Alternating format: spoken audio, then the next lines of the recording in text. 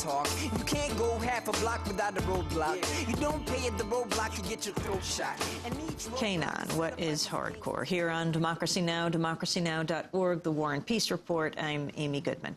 In Bolivia, President Evo Morales has rejected an autonomy vote by the country's richest region of Santa Cruz. He called the poll illegal and unconstitutional. The proposals voted on Sunday included giving Santa Cruz more control over land distribution and rich oil and gas reserves. An official partial count of the vote showed 82% of the voters backed the autonomy plans. The results had been widely expected as backers of Morales vowed to boycott the referendum. Thousands turned out in the streets of Santa Cruz Monday to celebrate the results, and the region's governor, Ruben Costas, called the result the most important act of our Republican history. But in a national address after voting had finished, President Morales said he would ignore the results. He stressed the high levels of abstention and called for opposition state governors to engage in dialogue with the central government. The Santa Cruz region sits atop natural gas fields that are vital to Bolivia's economy. It also has the country's biggest farming properties concentrated in the hands of just a few families, several of which helped organize the referendum.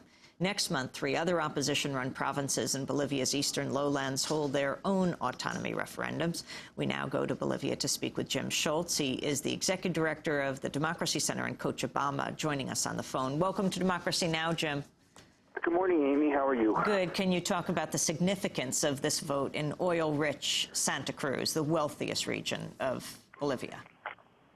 Well, Amy, I think your listeners have a pretty sophisticated understanding of what's been going on in Bolivia for the last few years.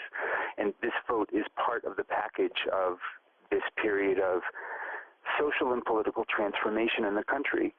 Santa Cruz is a bastion of anti-Evo sentiment, and it has been for quite some time.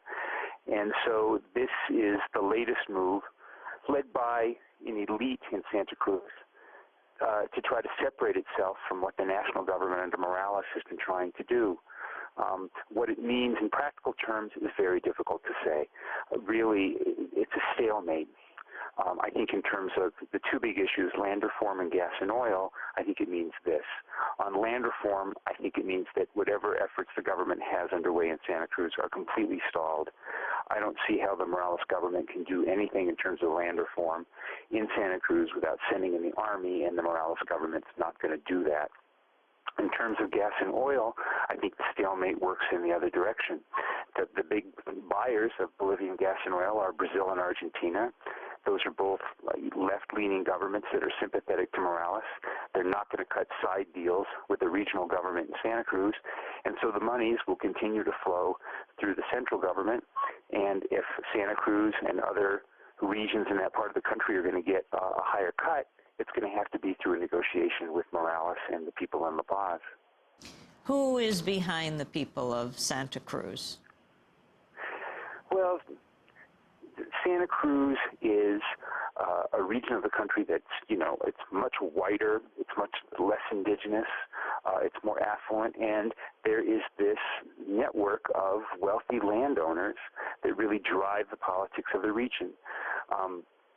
A number of them come from the families of Croatian immigrants that came here during the period and afterwards of World War II, and there's a real power base. And so you have a very small number of families. I mean, it looks like Central America, it looks like Salvador, where you have a very small number of families controlling a vast tract of land, and they really were the driving force. Now, they have succeeded in building a much more popular base against Morales and in favor of autonomy than just the elite. I was in Santa Cruz a couple of months ago during one of the general strikes, and from both a taxi driver and a woman who sold gum in the street, I heard the same basic line that you hear from the elite of Santa Cruz, which is, we work hard and we don't want our money sent to La Paz and the national government, and we want autonomy.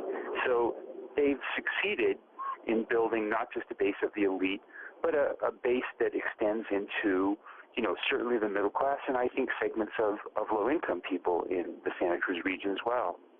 And Jim, finally, the role of the United States, is it playing any in Bolivia right now? Well, whatever the United States is doing to monkey with this, it's doing behind the scenes. And I wouldn't put it past the U.S. Embassy here to have been giving certainly tacit support for some of this, but this is homegrown. This is really, these are the people who institutionally, these are the people who economically and politically and socially don't like Evo, don't like what he stands for, don't like the idea of indigenous power being built in the country. And what they've done, and this is key, they have managed to turn regional interest into the engine that can stop what Morales and the Mas Party are trying to do. And that's homegrown. I think it's a mistake to declare this something that the United States created. Jim Schultz, I want to thank you very much for being with us, Executive Director of the Democracy Center in Cochabamba, Bolivia. He blogs at democracy, CTR, democracycenter.org. This is Democracy Now!, Democracy